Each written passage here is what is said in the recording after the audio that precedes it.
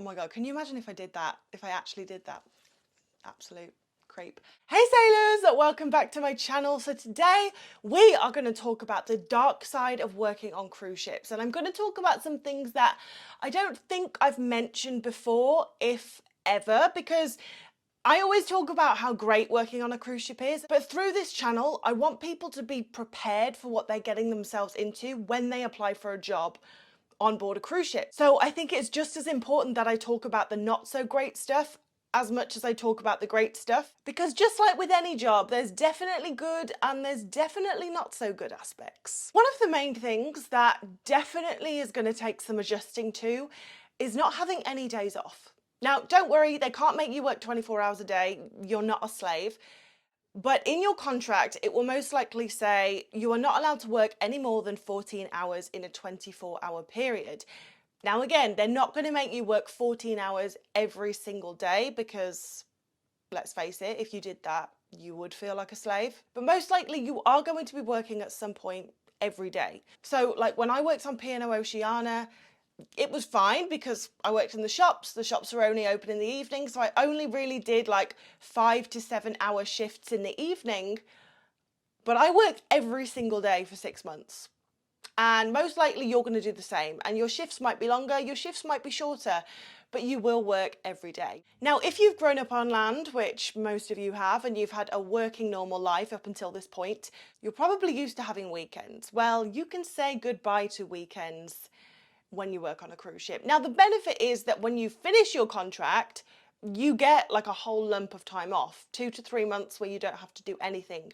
And that is really, really lovely. But I can't sit here and say that not having weekends doesn't take its toll. It definitely does. And something I really think cruise ships should implement is giving everyone at least a day off a month on a cruise ship, because I think just having one day off work, even one day a month, actually makes the world of difference. However, that decision is way above my pay grade at the moment. But yeah, it is something to be aware of, that you are not going to have any days off. You are going to be working pretty much every single day of your contract. And I've definitely made videos in the past talking about how you can deal with this, such as when you finally do have time off, don't talk about work. But anyway, I'll link that video down below, and if you are interested, you can have a watch after this one. The second thing that you might find difficult to get used to is the amount of rules that you have to follow. Now, with any job, you're going to have rules, but the difference is if you have a job on land, once you leave the office, you also leave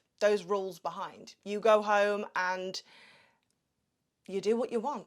Whereas even when you finish your shift on a cruise ship, you're still living on the cruise ship, which means you still have to follow the rules. And these rules range from always having to wear your name badge. Doesn't matter if you're working or not. Most cruise ships require crew members to wear their name badge even when they have time off. On most cruise ships, crew members are not allowed to wear denim in passenger areas. Virgin was the only cruise line I know of that doesn't care about denim. And on a lot of cruise ships, if you are an officer, you will have to wear your officer uniform to eat in the officer's mess, even if you're not working. So this means if you're having time off and you've gone to the beach and you come back and you want to go for lunch in the officer's mess, you're probably going to have to put on your uniform, which is really annoying. You can't have a more than 0.05% alcohol blood alcohol level, at any time, otherwise you can be fired. Now, as we've gone through, people definitely do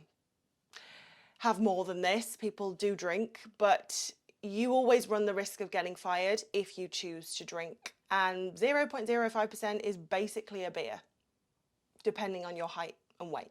Most crew cabins come with a fridge, which is really handy. You know, you can store water in there or just little snacks or whatever, but you're not allowed to store dairy in your fridge. As a bit of a cheese and crackers fiend, this was a real issue for me. I obviously got over it, but yeah, no cheese or milk or yogurt. You can't wear open-toed shoes down the crew corridor. And again, I know this doesn't sound like a big deal, but if you want to go out in port, you want to go to the beach, but you just want to nip to the crew mess to grab something before you go, you can't wear flip-flops. So you will have to put some closed-toed shoes on to go to the mess, to then go back to your cabin, to then go out in port, to then go to the beach. So I know that these rules aren't like ridiculous, and they're in place, like all of these rules are in place to keep crew members safe. You know, the no open-toed shoes thing is because there's heavy machinery being operated on the crew corridor pretty much at all times, and they don't want you to get your toes chopped off. The reason you can't keep dairy in your fridge is so you don't attract bugs or anything like that, and also you have to keep the cabin clean because when you finish your contract, someone else will be moving in there, and they do not want to move into a cabin that smells like camembert. But just having so many rules to follow can just be a little bit taxing at times. Generally, most people get used to it, but there are people who just can't hack it because it feels like they're just being boxed in. And some cruise lines definitely have more rules than other. For example, like P&O have way more rules than Virgin Voyages. So it does depend on what cruise line you go on as to how free you will feel. But generally speaking, whatever cruise ship you work on, there is going to be a whole host of rules that you need to follow at all times. As many of you guys know, I have been at home for a long while now, and something that I do not miss is constantly being on a time limit. Obviously, if you're working every day, you have to get up for work, so you'll have your lunch break and your dinner break when you're told to have it. One of the real luxuries about being at home is I can eat when I want to eat. If I want to go for a walk, I can go for a walk and I can just keep walking like Forrest Gump. I don't have to be back. Whereas on a cruise ship, if you get off in port and you go for a walk, well, the ship's going to leave at some point. So you need to keep an eye on the time so you don't miss the cruise ship and get fired. And maybe even if you have time off in the morning, you might have crew drill. So you're going to have to set your alarm and get up for crew drill. And the crew medical centre is only open at certain times of the day. So even if you're feeling ill, you still need to keep an eye on the time. That medical centre is not open all hours of the day. This is something that you don't really notice when you're on board, but once you disembark the cruise, like once you finish your contract and you come home and you're no longer on a rigid timescale, it's like, oh, what do you mean I can eat when I'm hungry? What a treat. It's just something you fall into because it's just how it is on board. But it is definitely really lovely when you get home and you don't have to be looking at your watch all the time. When you work on a cruise ship, there seems to be a queue for absolutely everything. Like if you need to get something done at crew office, there'll be a queue. If you need to get seen by the doctor, there'll be a queue. If you're going to do your laundry, there'll probably be a queue for the laundry machines. If you're going to go to the mess, it's lunchtime, it's busy, there'll be a queue. If you want to get off the ship, there'll probably be a queue, and when you want to get back on the ship, there'll probably be a queue. This is something that I really was not a fan of when I worked on board. It felt like there was a queue for absolutely everything. And maybe this is just me. Maybe there are people out there who are like, oh, I've never even noticed that. But maybe it's because I hate queues. So, you know, if you really dislike something, you notice it immediately. Cruise ships can be very isolating, and when I was writing my bullet points for this cruise ship, it made me think of a video I posted almost 2 years ago now when I was on Virgin called Ups and Downs or something. I'll link it down below. And I was basically going through a really tough time when I was on Virgin because there was a lot of restrictions due to that thing that happened in 2020. I think you might have heard of it. So it got me thinking about how isolating cruise ships can be. And I've often said in my videos that when you go on your first cruise ship, you really need to give it like 1 or 2 months before you start enjoying it.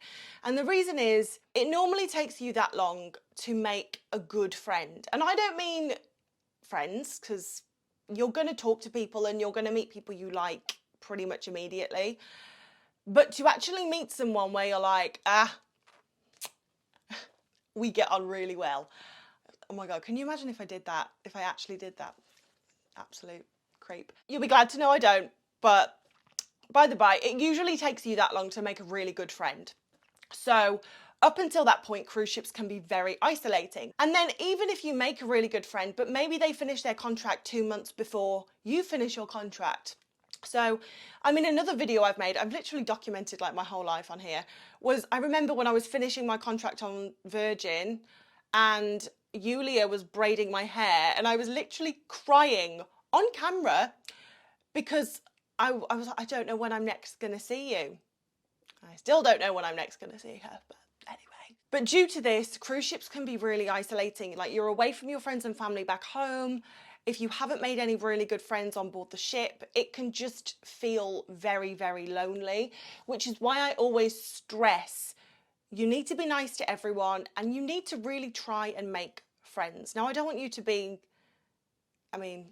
do what I just did and be creepy with it. Like, you can be yourself, but it is really important to like make solid connections, because it can really make or break your time on board. And I've often said one of the best things about working on cruise ships is the people you meet.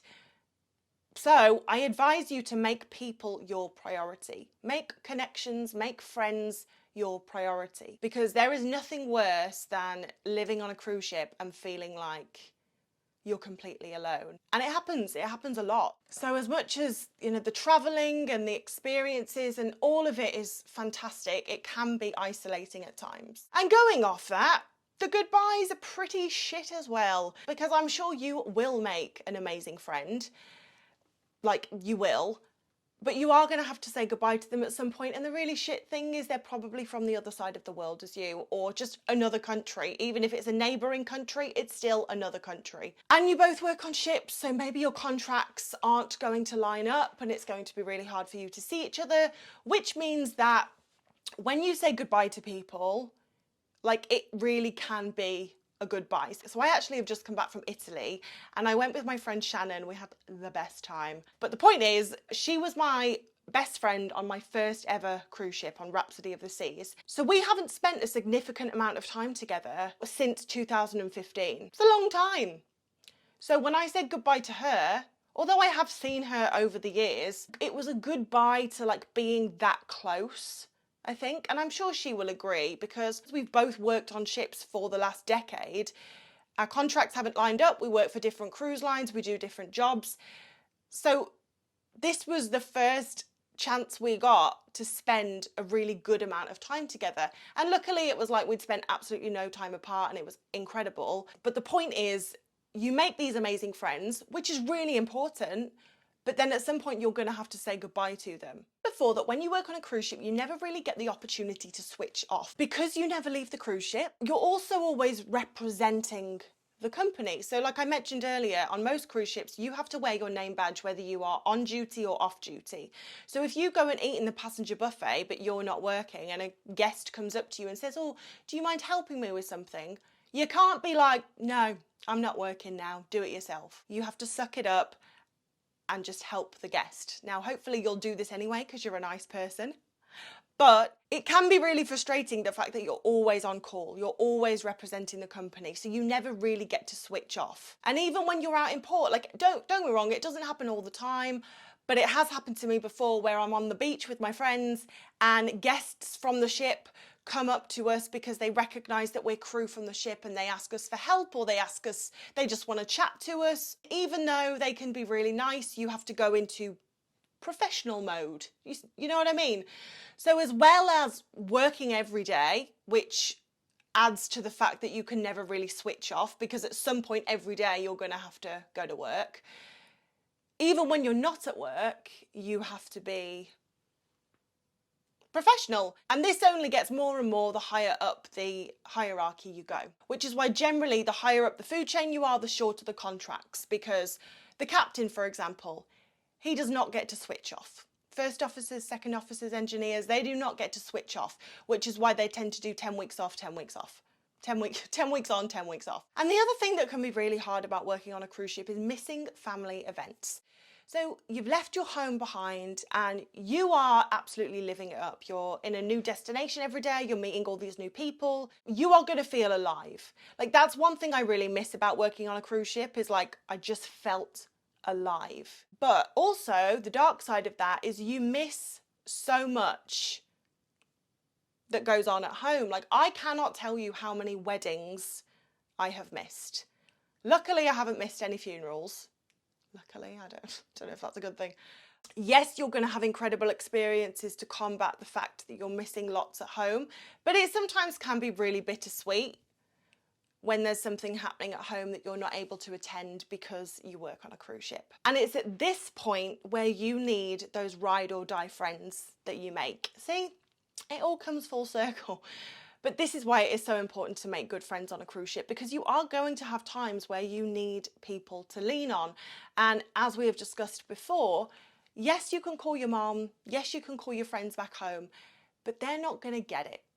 Okay, when you're on the phone and you're telling them about crew drill and the fact that you can't wear flip-flops down the crew corridor and you always have to put your uniform on, all they're going to hear is I'm in the Bahamas today. So all of your troubles kind of just go over their heads, which is another reason why it's really important to have friends who are in the industry so that you can vent to them and they're like, I get it. Because unfortunately, if you haven't done the job, you don't get it. And there's nothing wrong with that. They haven't done it. Just like if an accountant called me and started moaning about his problems, it would go over my head because I've never been an accountant and hopefully I never will be. You get my drift. So making good friends is really the key to a lot of your happiness on board. But anyway, those are just a few of the crappier things that you're going to experience when you work on a cruise ship. But let me know if you have worked on a cruise ship and you can think of any more, or if you just have any questions or anything you need from me, you can send me an email at lucy@cruisingascrew.com and I will email you back, or I have Instagram, Cruising as Crew. But yeah, thank you so much for watching, guys. I really, really appreciate it, and I will see you in the next video.